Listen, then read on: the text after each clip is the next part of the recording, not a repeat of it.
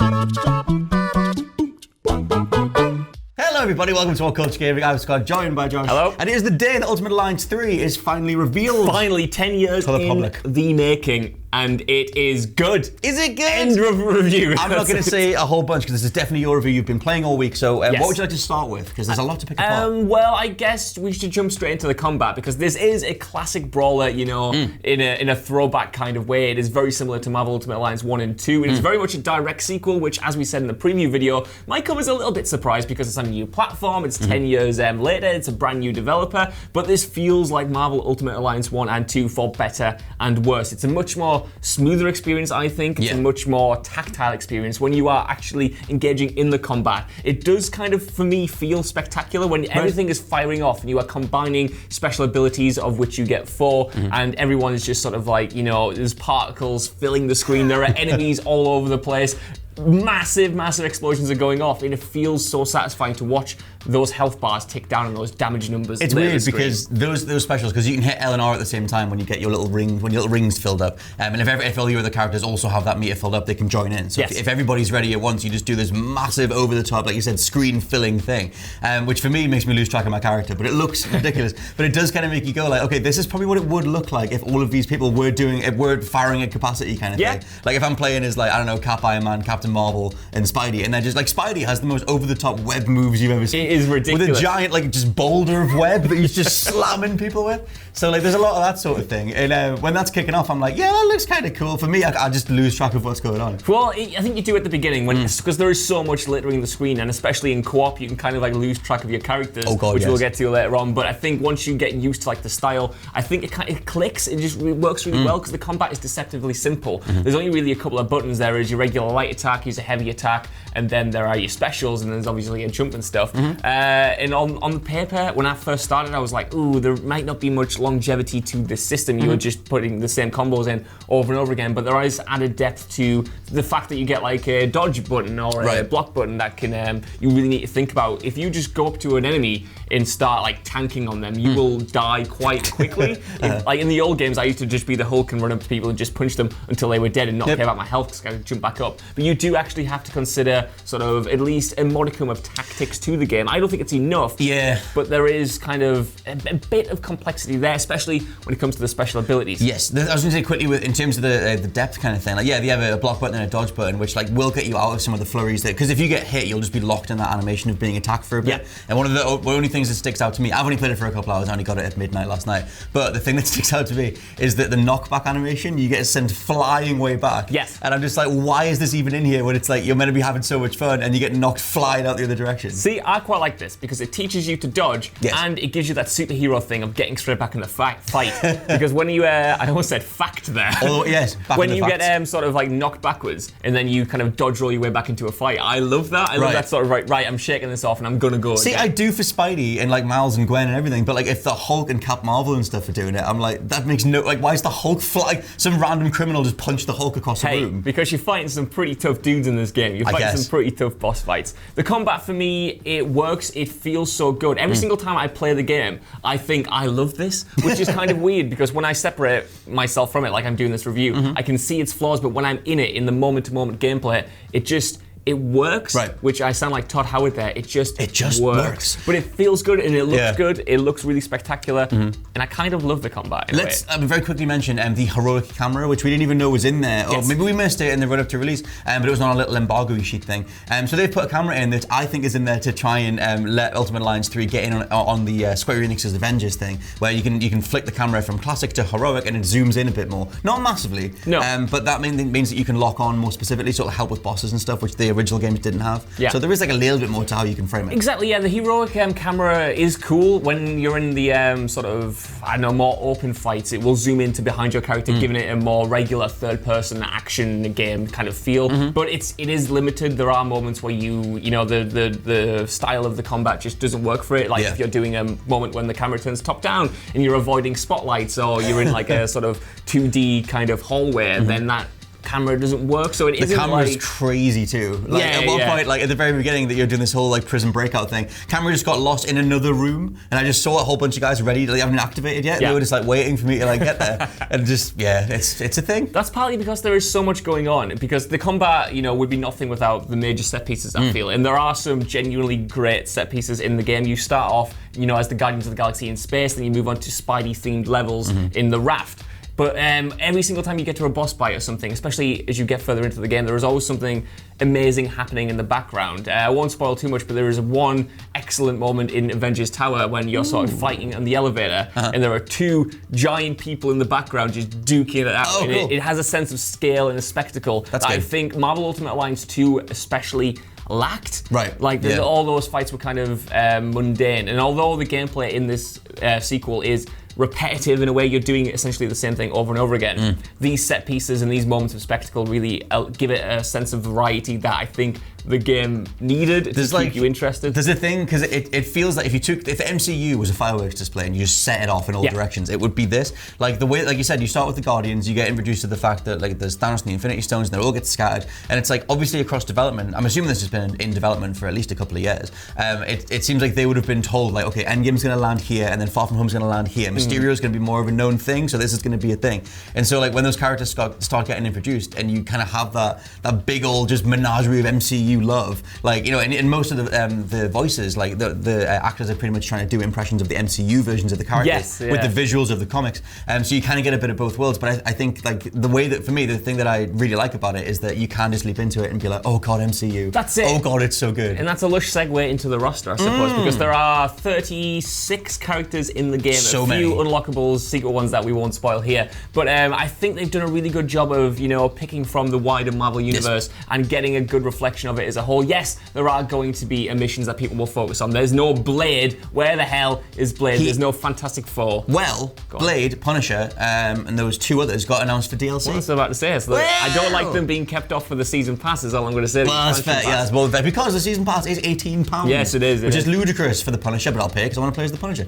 So, but I think the characters that are in there are really good. You get like the big hitters. You get all of the Avengers. You get Cap, Iron Man, Thor, the Hulk, Black Widow, Hawkeye, all of those guys. But then you get smaller characters, kind of like Miss Marvel or Elsa Bloodstone, who I didn't even really know who that was. Who's Crystal as well? Them. Crystal is an Inhuman. Right. And we all watched that. I quite like her. Okay. She's really good. But I like a dog. A dog's pretty cool. Lockjaw's pretty good. Lockjaw is good. I like that. You teleport you around. I think it's a good reflection of everyone, and I think all the characters look really good. Yes. I think they nailed their sort of comic book counterparts. Like you said, even though a lot of them are doing MCU impressions, someone's doing a mad Sam Jackson impression or a Robert Downey Jr. impression. I think for the most part, it works, and there's a good blend of comic influence and TV influence as well as the movie influence. I think everyone looks stunning. I was just looking at the Spidey character model last night, just twirling him around. And that suit is so spot on. And the visuals they pop and they're vibrant.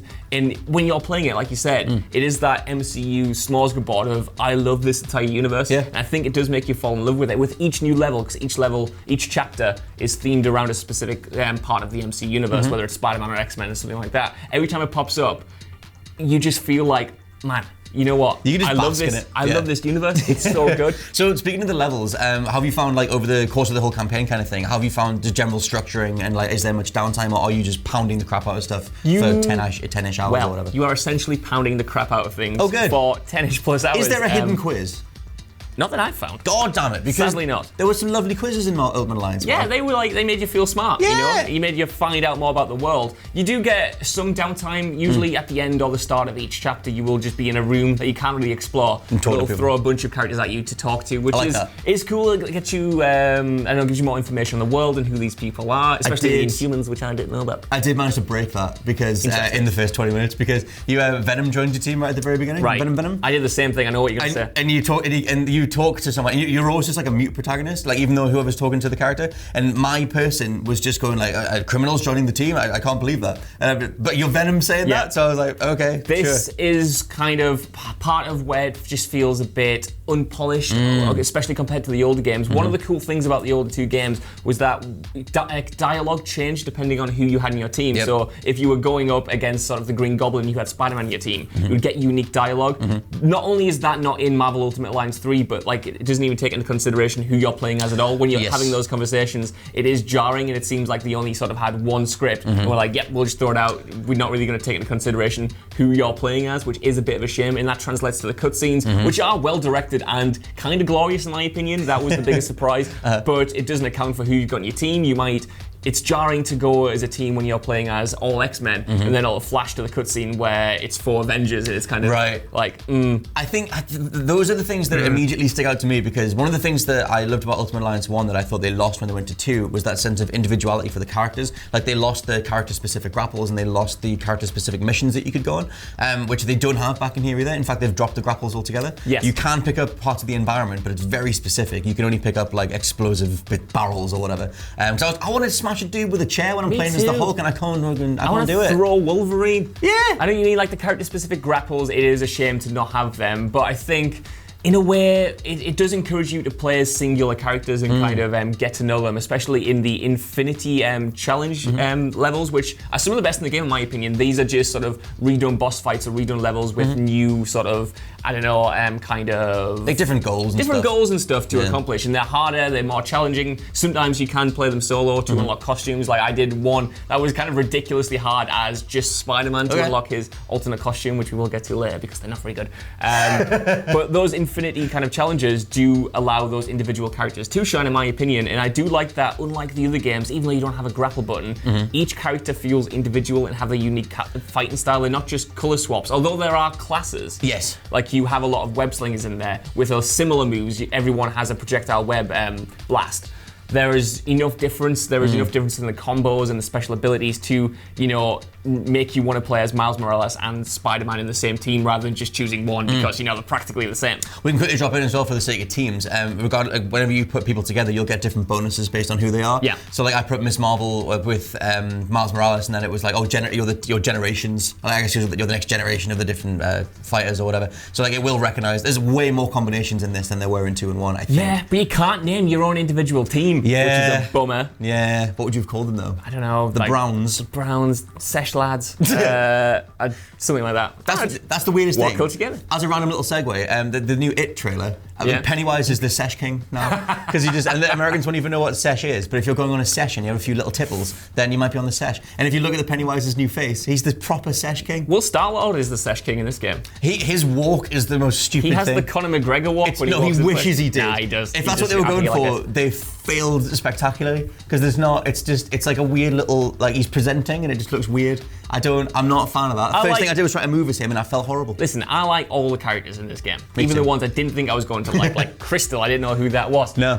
But there is a problem that the game doesn't really encourage you to experiment with them, which is a major issue I found, especially in the late game. I came up to a boss at the end of, I think, chapter 6. Right. That was suddenly, there was a difficulty spike out of nowhere. The game had been very, very easy until then, and then suddenly I was thrown into this boss where I was just getting absolutely annihilated because I wasn't leveled up. Right. And I just thought, I might not even be able to do this. I was like, this has come out of nowhere. Does the game want me to grind? Does the game want me to grind? There are places to grind. You can do that in the Infinity challenges, cool. And places like that. But it doesn't encourage you to, use other characters because, unlike in other games, they don't level up while they're on the bench. Yeah. So you might be, I don't know, halfway through the game and you might have a level 30 Iron Man and you might swap to a level 7 Venom or something.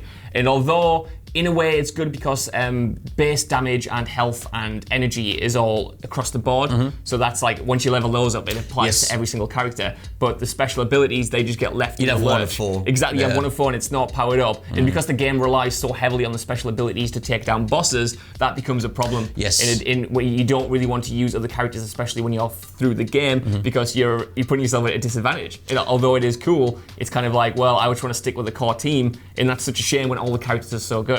Yeah, I mean, you've got F the lab as one of your notes. Well, this is Why it. F the lab, mate? Because, upgrades in this game suck. They are the worst kind of upgrades. They are the base plus 10 tier, plus 10% damage, plus 5% vitality. It'll make you grind out ISO 8 crystals to kind of boost your stats. Right. And you get money and you have a bunch of currencies that you can spend on them in the lab, which is this web of upgrades, just hundreds and hundreds, that are all the exact same, 20 vitality, 20 strength, stuff like that. And it just gets I kind of felt that in the first half an hour. And monotonous the more you go on. You just don't want to engage with it, which is so frustrating. It's all handled in a bunch of convoluted screens. And even the upgrades to the characters themselves, there isn't much customization on display. You get 4 special abilities that you can upgrade 4 tiers. And all it does is reduce the amount of energy, increase the damage, increase the stagger rate. There's not really anything that substantially changes the gameplay. It just kind of feels like a waste of time. That's the initial sort of sense I got. Again, I'm not going to go into it now because I haven't played anywhere near enough of it, but it is that little pervading sense of things being undercooked,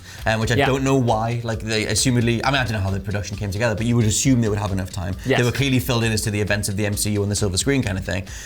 But yeah, something like the upgrades, it's like you start with that 1 of 4 powers, and then you just unlock them. It's like level 10, level 15, level 20 for every character, and then you'll be set for that character. You can modify how much damage you do and the radius, but like, when it's an upgrade system like that, it's like, okay, what I've seen after the first 2 hours is going to be the same after 20 hours. Essentially, which I was really bummed out about that, because when we did our preview, I was hoping it would get better or unlock more stuff, but it just never came. And you feel that with the unlockables and the costumes, especially. That Spider-Man mission. Might as well talk about the costumes. Yeah, that Spider-Man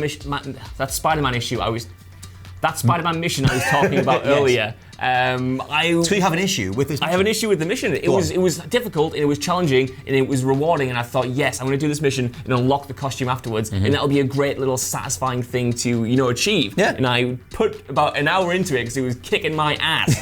Finally got the new costume, and it was just a colour swap. And then I realised for every single character, it's just a colour swap. There's nothing like protruding, there's no additional assets. The colours are intended to look like other costumes from the comics. So Spidey's was silver and grey, sort of looked like the Mark 1M spider armour costume from the comics. And Hulk gets a grey Hulk one. But the character models themselves don't change, so it's just the base character model with a different colour, which sucks, man. Yeah, that's the kind of thing where I'm like, that feels a bit undercooked. Like, why didn't all you had to do was model some 3D stuff for some shoulder pads or something, and you could have made it a more worthwhile thing. Especially if you compare in Spidey's case to what Insomniac are doing, which are just outstanding costumes across the board. I mean, I literally came from Insomniac Spider-Man playing that again to this, and the lack of costumes was just frustrating, especially because, again, even Marvel Ultimate Alliance 2, which only had 1 costume for each character, was a properly different costume. It was a brand new character model, and that was cool. Marvel Ultimate Alliance 1, I think, had 4 distinct costumes each, and it was great to swap between them.